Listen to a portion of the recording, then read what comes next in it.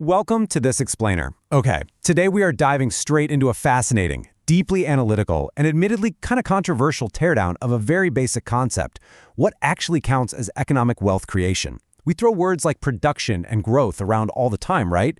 But if we don't define them correctly, we can completely misread the health of an entire society.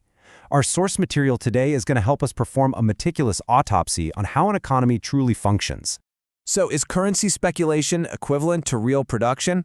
Ask yourself, if someone spends all day just buying and selling dollars, are they actually producing anything of real value for their country, or are they just riding the waves of inflation? To answer that properly, we're going to map out exactly how an economy creates wealth using these 5 steps. First, the enigma of production. Second, the cycle and value add. Third, the illusion of growth. Fourth, why imports do not equal production. And fifth, the path to welfare. Step 1. The enigma of real production. Our source material today actually goes after a highly debated editorial from the eقتصاد newspaper. That article basically grouped activities like currency speculation, subway peddling, and kolbari, which is the physical carrying of goods across borders, under the exact same umbrella as heavy industry and agriculture.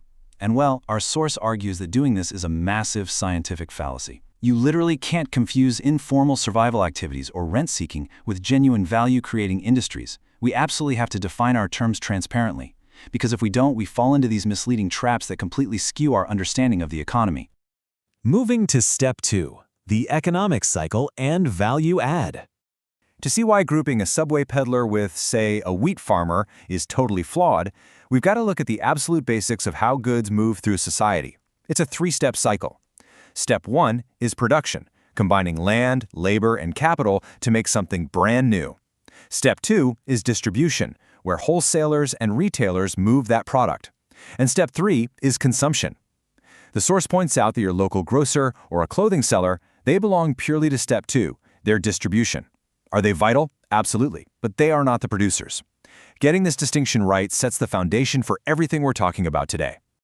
So what is the ultimate metric of real production? It's value added. That's just the economic difference between the value of a final good and the cost of the raw materials used to make it. Our source really stresses this. True production has to generate this value add. Why? Because that is exactly what creates real societal income. It's literally the only legitimate basis for a government to collect taxes. If you aren't creating added value, you aren't generating any new wealth for society at all, period. Which brings us to step 3, the illusion of growth and pseudo-production.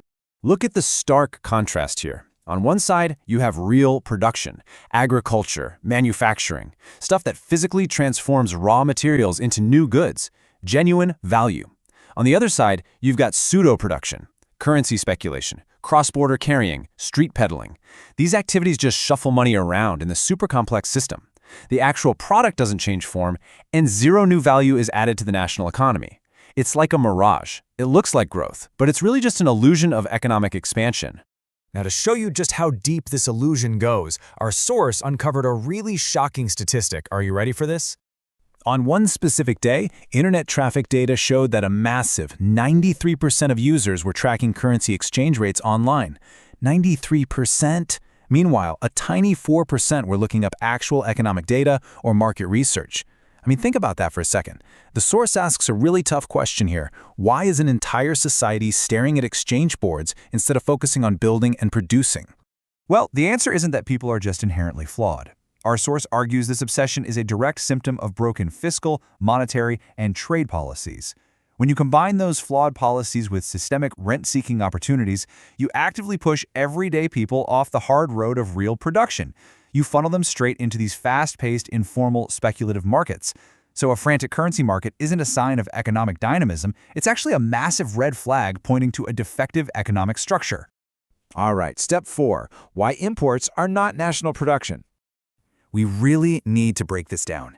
Even if foreign goods come into a country through incredibly grueling, dangerous, unofficial channels like kolbari, they do not represent domestic wealth creation. Sure, the individual courier might make a personal income, but in the grand scheme of things, those goods represent production and value add exclusively for the country that exported them. For the importing nation, it's purely consumption. It simply doesn't add to the national wealth. So, when leaders throw around national slogans like controlling inflation or growing production, our source makes it crystal clear what that actually means. It means our own domestic factories have to spin faster. We have to create value internally, within our own borders. It absolutely does not mean just jacking up import stats or inflating the volume of middleman brokerage deals. Bringing in more foreign boxes? That is not production growth. And finally, step 5, the true path to welfare. According to the analysis, true welfare rests purely on these 3 pillars. Number 1, you need the creation of real, tangible goods and services. Number 2, you must have genuine domestic value add happening inside the country. But it's this third pillar that is absolutely crucial. You have to have a fair and optimal distribution of resources and income. Without that fairness, rent-seeking will completely devour a society's potential for happiness, no matter how huge the production output might be. Basically, production without fair distribution is just a dead end for societal well-being.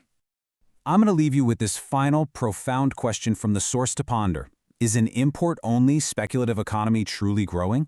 Or does real, lasting welfare require the fair distribution of purely domestic value add?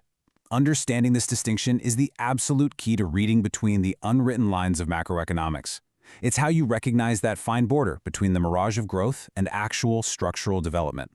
Thanks for hanging out with me for this explainer, and remember to always keep questioning the data behind the headlines.